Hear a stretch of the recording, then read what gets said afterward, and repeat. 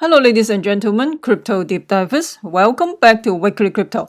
So today I'm going to talk about why the crypto market go downhill. Not only the crypto market, the stock market as well, and of course the housing market are not doing well as well. But I think the housing market is very geographic location in terms of it's not all the market like this, but everything slowed down, by the way. Before we get into that, make sure you subscribe to my channel so you don't miss out the upcoming video that could be time sensitive or maybe important.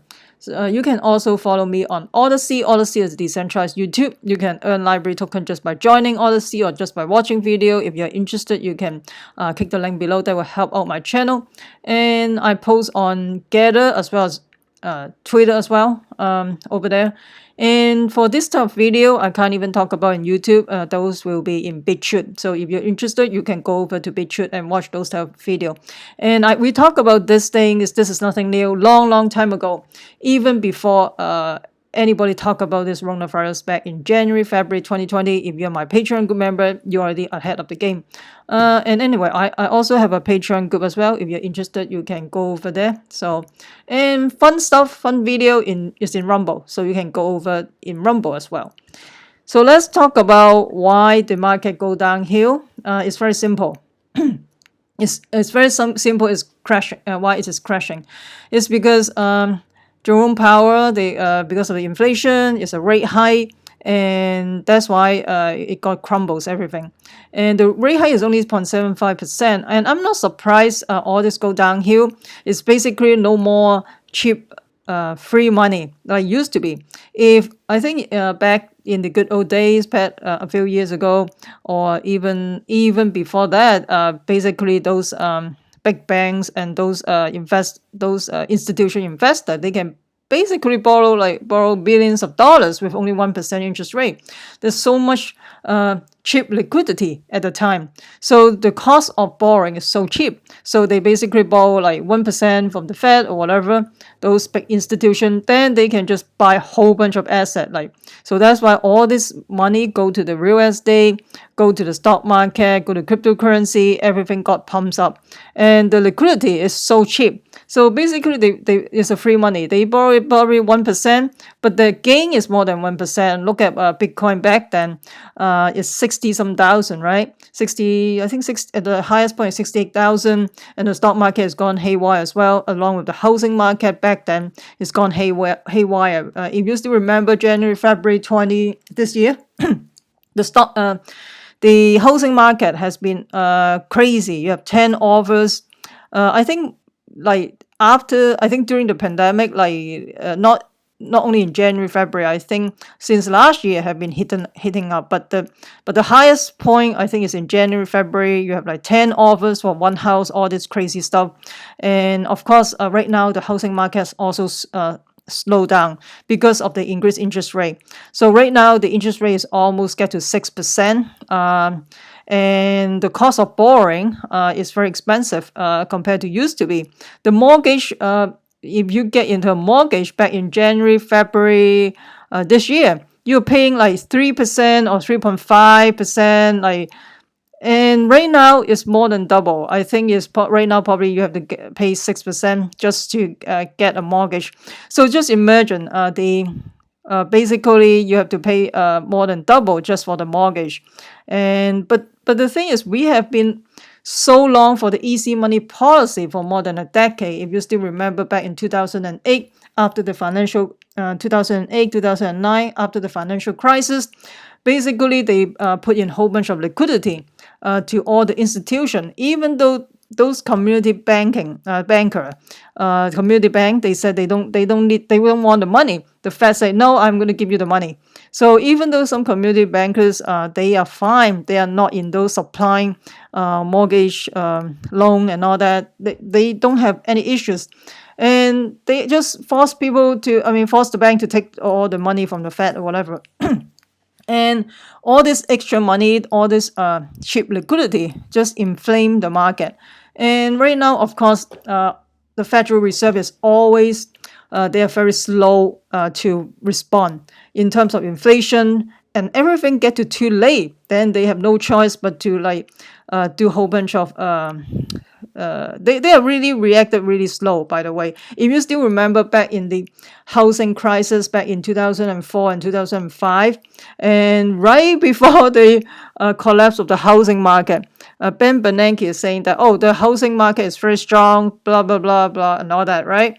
But of course, they're not going to tell you the truth, They want all the average Joe just get into those housing loan and then they crash and then but then they have nothing to lose, right? They didn't put any down. I mean, I think some of them are 0% down. They only their credit score get hit, right? And also those loans are repackaged, sell to overseas investor or individual investor. The bank don't keep those loans anyway. Anyway, I don't want to go that far. But if you remember back then, they have so much free money. And if you remember back in the 80s, the interest rate is not like 3% like in the past decade. It's not like 3 or 4%. You're talking about like if you get a mortgage, you're paying like at least 10% or 12%. I think 7% or at least minimal. So we are just back to normal. They normalize the interest rate basically. And because you have so much easy money for the more than a decade, it's overstretched basically. So that's why I'm not surprised the market, crypto market go down along with the stock market as well, because those are the cheap money is already long gone. Right now it's tightening basically. Of course, if you have quantitative easing, of course, all this asset is going to pop up. So right now we have tightening, so that's why you have less easy money. Everything go downhill, and Bitcoin price right now is around 18,000, right? Ethereum like at one point is 4,800. Now go to 1,002 or something. And I'm surprised Ethereum still get to 1,003. I thought it's go lower, but anyway. So the Jerome Powell, they announced interest rate hike. They want to get to the inflation closer to the 2% target. But by the way, right now they're talking about the CPI is like 8%. Oh, come on. Their CPI is a joke because they exclude like energy, food in the index. If you include all that thing, you're talking about 16, at least at the minimum, 16% of inflation.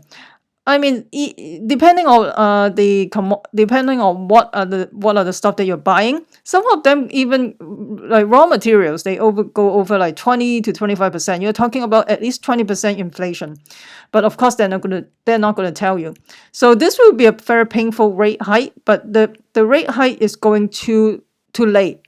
And right now, inflation is basically lost control. So the central bankers, the Federal Reserve, they always late in the game to react all this. And I don't know if this is part of their plan to let this inflation go haywire. I mean, I don't know. There's too many things going on right now. So with the interest rate go up, everything go up. The cost of goods and services, production costs, wages, and then the cost of everything go up. And if you still remember, like they basically everybody got a pay raise, right? And nobody wants to go to work, and then you have to pay extra money or bonus. Even McDonald's, if you work in McDonald's, you get bonus to sign up just to work in McDonald's, right? And all this increase the cost of doing business, and because of that, and then there's not enough liquidity floating around because right now it's tightening. Of course, this is going to go downhill, and of course, they're saying, hey, there's some regulation of the cryptocurrency. Of course, the regulator want to control the cryptocurrency. It's because this is a threat to them, to their status quo, and then to the institution. Of course, they're going to have impose a whole bunch of regulations to make people have a hard time and all that, right? So this is because you have a decentralized finance. Basically, you don't need a middleman, just like the bank. The bank in the middle basically take advantage of all the transaction fee. And basically, this is peer-to-peer, so you don't need a middleman. So of course, this is a threat to their legacy system, the banking industry. So they're going to give them a hard time. But anyway, the bank, a lot of private bankers and the bank also get into cryptocurrency quietly, but they didn't tell you, right? Because the investor, their private clients want to get into crypto too. So And you have, if you still remember, like Celsius Network and Luna, and also along with Voyager, they all go busted because of this this cryptocurrency go downhill. And that's why I never, I mean, I don't understand why people put so much crypto into those platforms, because those are centralized platform. If they go bust, your coin will be done. So I think the safest is to put it in your ledger, not in the central exchange server, or not in some type of Celsius. If you still remember back in the good old days, Celsius Network, they give you like outrageously like high interest rate. If you just put Bitcoin there or Ethereum, and then you can get like at least 8 or 10% return or something. And that is the good old days. There's no more, because there's no more cheap money floating around. So, and of course the three arrows capital also go busted as well. So all this thing will affect crypto. This is just I think not, I think those are just the noise. The main thing is the interest rate hike. So this is no more cheap money, no more cheap liquidity. So that's the main reason. But I'm suspecting, so if you still remember, the cryptocurrency was at the peak in 2017, and then you have 2021 is at the peak, like 68, 2021, 2022, I think it's at the peak this year, right? 2022.